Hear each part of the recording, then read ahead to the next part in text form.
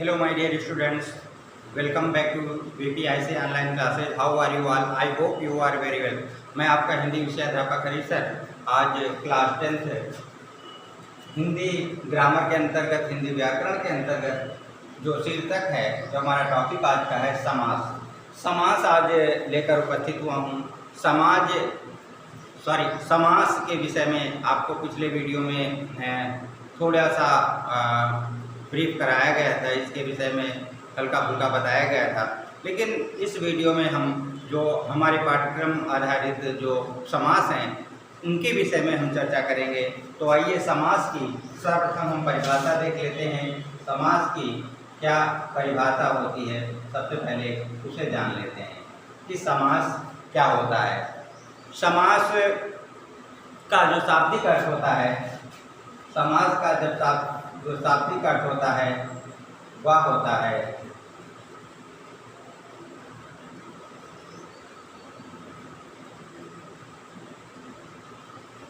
समास का शाब्दिक अर्थ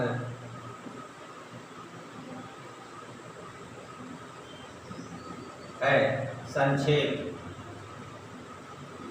क्या होता है? संक्षेप। जब दो या दो से अधिक पदों के बीच योजक चिन्हों को हटाकर एक संक्षिप्त पद बनाया जाता है। जब दो या दो से अधिक पदों के बीच योजक चिन्ह जो लगा रहता है, जो मैंने आपको बताया था कि योजक चिन्ह जो होता है दो पदों के बीच में जोड़ने वाला जो निशान रहता है उसे ही हम योजक चिन्ह कहते हैं। उस योजक चिन्ह को हटाकर जब दोनों या तीनों पदों को आपस में मिलाते हैं तो संक्षेपीकरण होता है। संक्षेप में वह शब्द बन जाता है, उसे ही हम समास कहते हैं। अगर कोई एक शब्द ले हम घोड़ा गाड़ी, घोड़ा गाड़ी को अगर हम संक्षेप करें तो घोड़ा युक्त गाड़ी, घोड़ा युक्त गाड़ी हो जाएगा। घोड़ा गाड़ी का अगर संक्षेप में हम कहें तो घोड़ा युक्त गाड़ी हो जाएगा। इसके बाद हम समास के भेद पर चर्चा कर लेते हैं। समास के कितने भेद होते हैं? समास के 6 भेद होते हैं। कितने होते हैं? समास के 6 भेद होते हैं। समास के 6 भेद होते हैं। पहला है अव्ययी भाव समास। अव्ययी भाव समास। दूसरा है तत्पुरुष समास। क्या है? तत्पुरुष समास। और तीसरा है द्वंद्व समास। कौन सा है? द्वंद्व समास। और जो चौथा है वह है द्विगु समास। द्विगु, यहाँ पर लिखते वक्त ध्यान रखिएगा कि द्विगु कैसे लिखा जाता है और द्वंद्व कैसे लिखा जाता है। उसके बाद जो पांचवा है वह है कर्मधारय समास। कर्मधारय समास। और जो छठा है वह है बहुव्रीहि समास। बहुव्रीहि, ध्यान रखना है, इसे ध्यान से लिखना पड़ेगा आपको। बहुव्रीहि होता है, बहुव्रीहि नहीं होता, बहुव्रीहि समास। तो ये 4 समास आपके पाठ्यक्रम में है। निचले वाले 4 जो समास दिए गए हैं वो आपके पाठ्यक्रम में है, ये आपके पाठ्यक्रम में नहीं है। ये 4 समास आपके पाठ्यक्रम में है, ये आपके सिलेबस में ये 4 जो समास हैं उन्हीं को रखा गया है। ये आपके पाठ्यक्रम में है, आपके सिलेबस में है। और जो 2 समास हैं ये आपके पाठ्यक्रम में नहीं है। इन समासों का जो विस्तृत अध्ययन है वो आप लोग क्लास 9th में पढ़े होंगे। अब 10th क्लास में ये 2 समास छोड़ करके जो 4 समास हैं उनकी परिभाषा और उनके उदाहरण यहाँ पर बताए जाएंगे। तो हम किन 2 समासों को छोड़ देते हैं और 4 समासों को पढ़ते हैं। 4 समास हमारे पाठ्यक्रम में हैं जिन्हें हम पढ़ेंगे। पहला द्वंद्व समास, दूसरा द्विगु, तीसरा कर्मधारय और चौथा बहुब्रीहि समास। इन 4 समासों का अध्ययन हम यहाँ पर करते हैं। तो आइए पहला जो समास है उस पर चर्चा कर लेते हैं। द्वंद्व समास। आप लोग इसे अच्छे ढंग से लिख लेना। जैसे लिखा जाता है द्वंद्व, आपको द्वंद्व लिखना है, द्वंद्व समास। द्वंद्व समास अगर आप सही नहीं लिखेंगे तो फिर आपके जो अंक हैं, जो नंबर हैं एग्जाम में, वो कट जाएंगे। तो आपको यहाँ पे लिखना है द्वंद्व, द्वंद्व समास लिखना है। तो द्वंद्व समास की परिभाषा पहले देखते हैं। द्वंद्व समास की परिभाषा क्या होती है? द्वंद्व समास का शाब्दिक अर्थ है युग्म या जोड़ा। जो इसका शाब्दिक अर्थ होता है, शाब्दिक अर्थ वह क्या होता है? युग्म या जोड़ा। युग्म या जोड़ा होता है, जिसका शाब्दिक अर्थ युग्म या जोड़ा होता है। इसमें 2 पद होते हैं। कितने पद होते हैं? 2 पद होते हैं तथा दोनों पद प्रधान होते हैं। द्वंद्व समास में दोनों पद, शाब्दिक अर्थ युग्म या जोड़ा होता है। इसमें दोनों पद प्रधान होते हैं। प्रधान का मतलब होता है मुख्य। 2 पद होते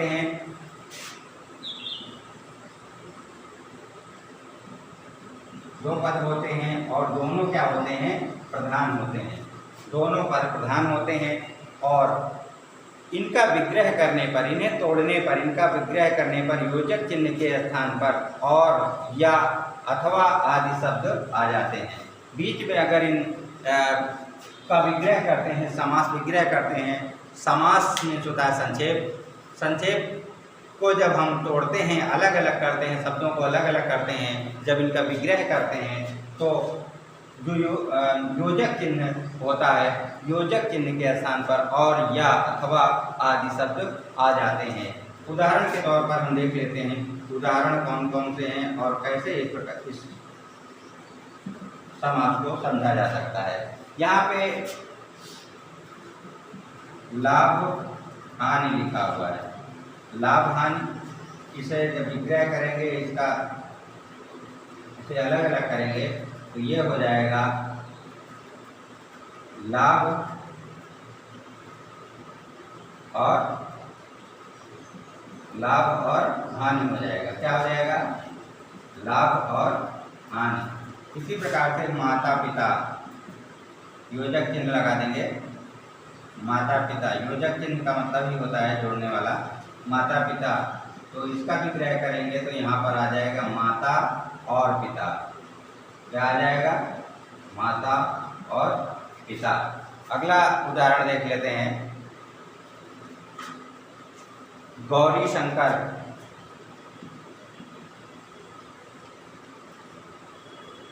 गौरी शंकर, इसका समास विग्रह करेंगे तो यहाँ पे हो जाएगा गौरी और शंकर। गौरी और शंकर हो जाएगा। इसी प्रकार से उत्तर दक्षिण, उत्तर दक्षिण, ये हो जाएगा उत्तर और दक्षिण। उत्तर और दक्षिण हो जाएगा।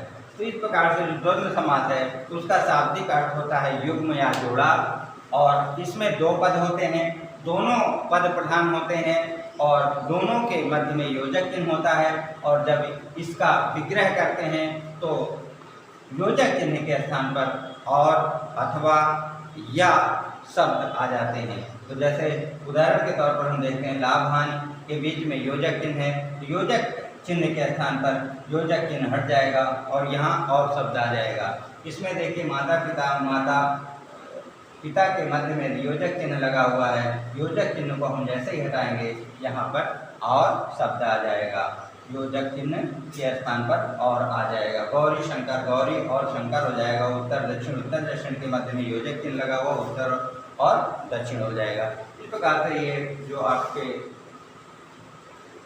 पाठ्यक्रम में समास रहा वो पहला समास द्वंद्व समास था, जिसे आप अच्छी तरीके से समझ गए होंगे। अगला जो समास है उसे देख लेते हैं। अगला समास है द्विगु समास। मैं कई बार बता चुका हूँ, इसे आप लोग अच्छे से लिखना सीखिए। जब तक आप सही नहीं लिखेंगे तब तक आपके नंबर कटते रहेंगे। द्विगु समास जिस समास में पूर्व पद संख्यावाची होगा, जो पहला पद होगा, इसमें पदों के विषय में आपको नहीं बताया था, फिर भी यहाँ बता देते हैं। माता पिता, इसमें माता जो है ये पूर्व पद है। क्या है? पूर्व पद। और जो पिता है ये क्या है? उत्तर पद। उत्तर पद का मतलब होता है बाद वाला पद। बाद वाला पद और ये पूर्व पद पहले वाला पद है। तो इसमें दो पद हो गए। जैसे ही पूर्व पद कहा जाए तो पहले वाला जो शब्द होगा, पहले वाला जो यहाँ पर शब्द होगा उसे हम पूर्व पद, और बाद वाले शब्द को हम उत्तर पद कहते हैं। ठीक है, तो ये पूर्व पद और उत्तर पद आप समझ गए होंगे। तो इसमें कहा गया है कि जिस समास में पूर्व पद संख्यावाची हो और उत्तर पद उस संख्या का विशेषण होता है, उसे हम द्विगु समास कहते हैं। पहला पद क्या होता है? पहला पद संख्यावाची होता है। क्या होता है? संख्यावाची। और दूसरा जो पद होता है वो क्या होता है? दूसरा पद जो होता है उस संख्या का विशेषण होता है, या उत्तर पद यहाँ लिख देते हैं। उस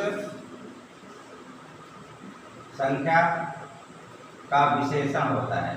विशेषण क्या होता है? विशेषण जो किसी शब्द की, किसी चीज की जो विशेषता बताता है, जिसके द्वारा बताई जाती है, विशेषता बताई जाती है, उसे हम विशेषण कहते हैं। तो यहाँ पर देख लेते हैं पहला पद संख्यावाची। जैसे त्रिनेत्र। त्रिनेत्र, जो त्रि है ये क्या है? संख्यावाची है, पहला पद हो गया। इसमें जो नेत्र है ये उत्तर पद है, और ये क्या है? विशेषण। आँख की विशेषता बता रहा है। त्रिनेत्र, नेत्र कैसे हैं? तीन नेत्र हैं। तीन नेत्र, त्रिनेत्र।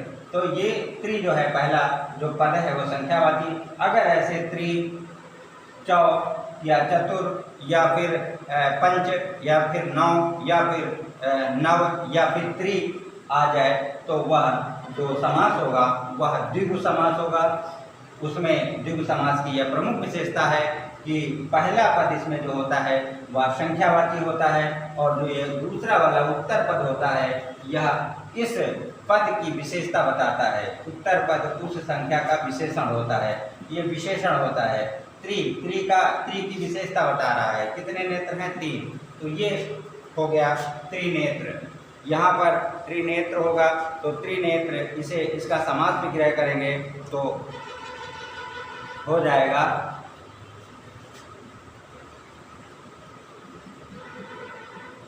तीन नेत्रों का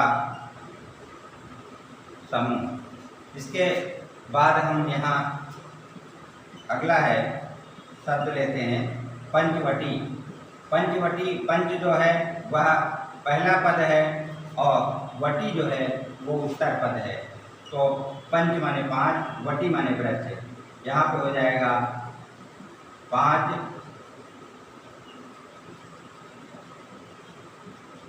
वृक्षों का समूह। देख लीजिए यहाँ पर भी जो है वो आ गया संख्यावाची।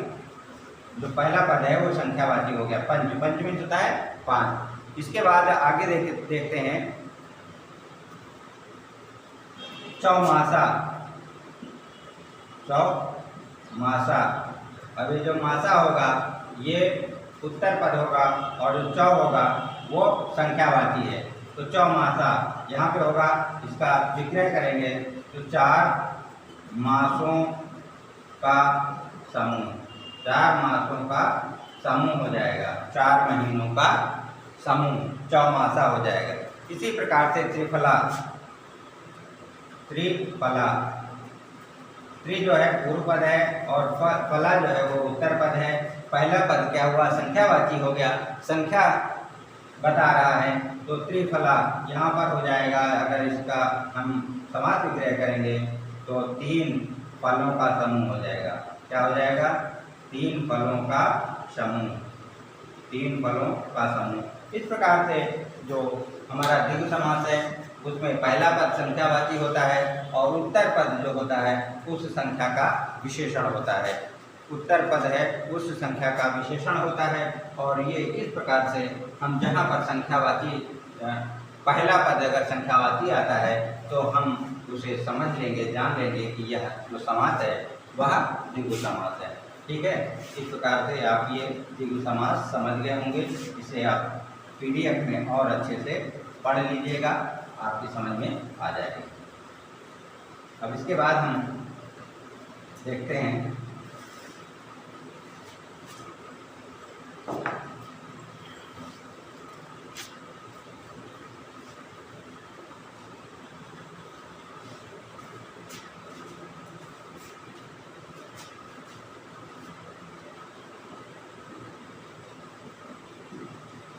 कर्मधारय समास।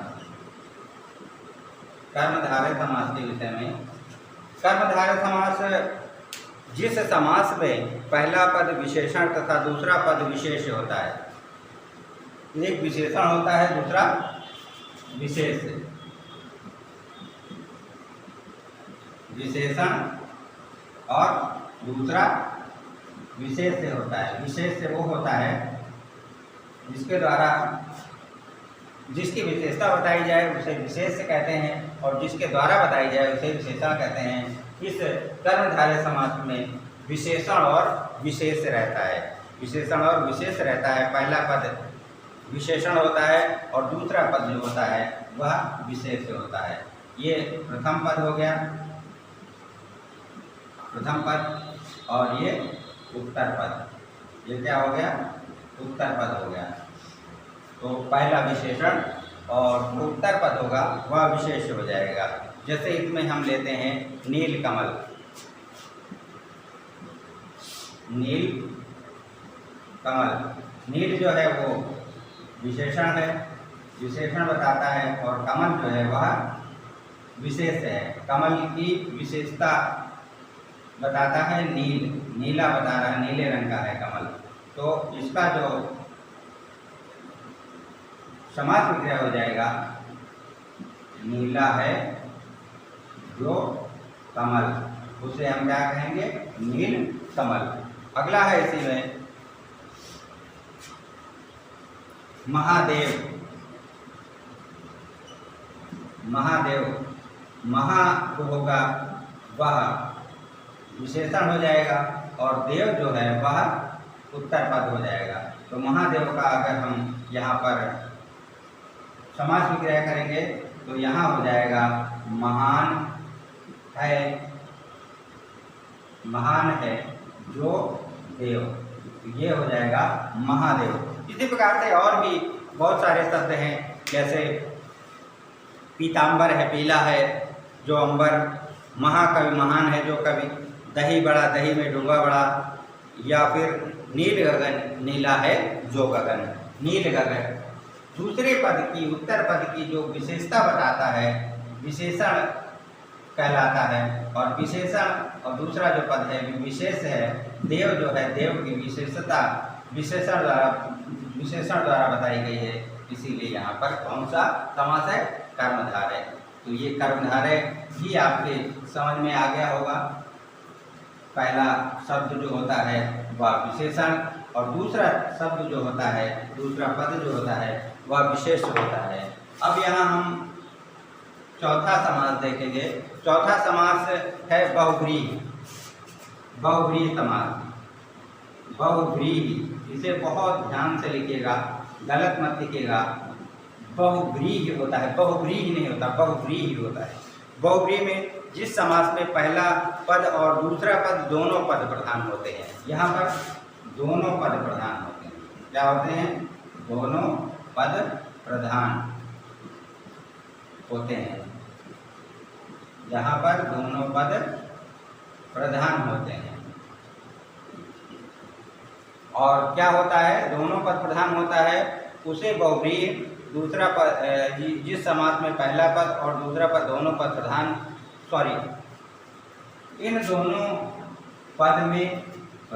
इन दोनों पद में कोई भी पद प्रधान नहीं होता है, प्रधान नहीं होता है। ठीक है, इन दोनों पदों में से कोई पद प्रधान नहीं होता है, कोई अन्य पद प्रधान होता है। ठीक है, कोई अन्य पद प्रधान होता है, कोई अन्य पद प्रधान होता है। ठीक है, दोनों पद प्रधान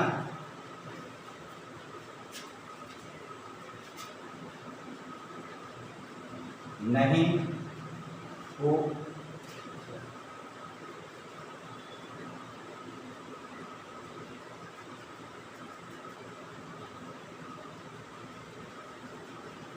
यहाँ देख लेते हैं। इसमें कोई भी पद प्रधान नहीं होता है, कोई अन्य पद अर्थात तीसरा पद प्रधान होता है। कौन सा?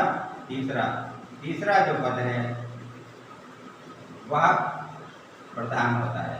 उसे हम कौन सा समास कहते हैं? बहुव्रीहि समास कहते हैं। जैसे उदाहरण के तौर पर हम लेते हैं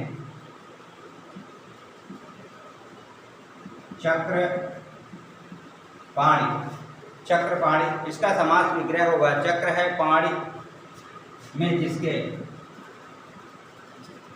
चक्र है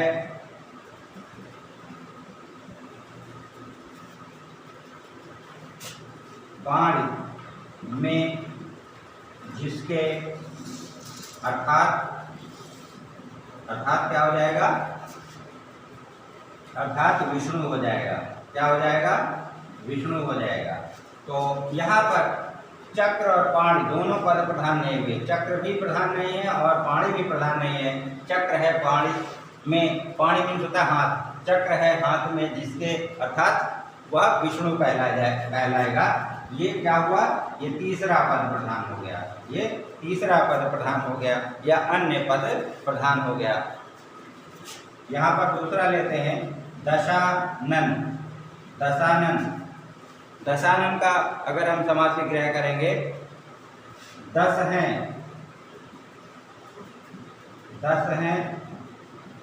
आनन जिसके, अर्थात क्या हो जाएगा? रावण, अर्थात रावण हो जाएगा। इसमें भी ये तीसरा पद प्रधान हो गया, ये दोनों पद प्रधान नहीं हुए। इसी प्रकार से अन्य जो इसमें पद हैं, जो सामासिक पद हैं, उनके विषय में बताया गया है। उन्हें कहा गया है कि जो ऐसे पद हैं, सामासिक पद हैं, जिसमें दोनों पद प्रधान ना होकर कोई तीसरा पद या अन्य पद प्रधान होता है, उसे हम बहुव्रीहि समास कहते हैं। जैसे लंबोदर हुआ, लंबोदर देखते हैं यहाँ, लंबोदर का हम समास विग्रह करते हैं। लंबोदर, इसका समास विग्रह करेंगे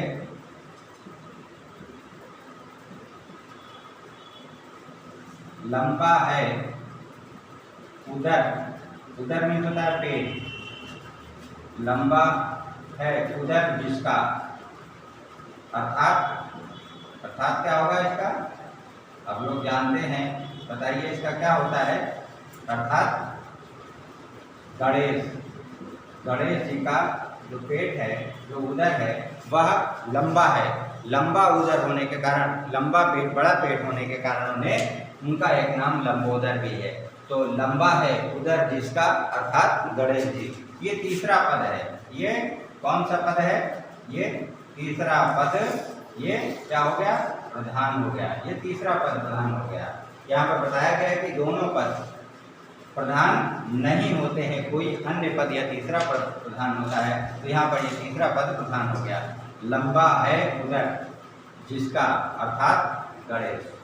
तो इस प्रकार से ये आज समास का यहाँ यहीं पर समापन होता है। अगले वीडियो में हम एक नए टॉपिक के साथ, जिसमें संभवतः तत्सम रूप होंगे, उन्हें लेकर उपस्थित होंगे। तब तक के लिए थैंक यू वेरी मच।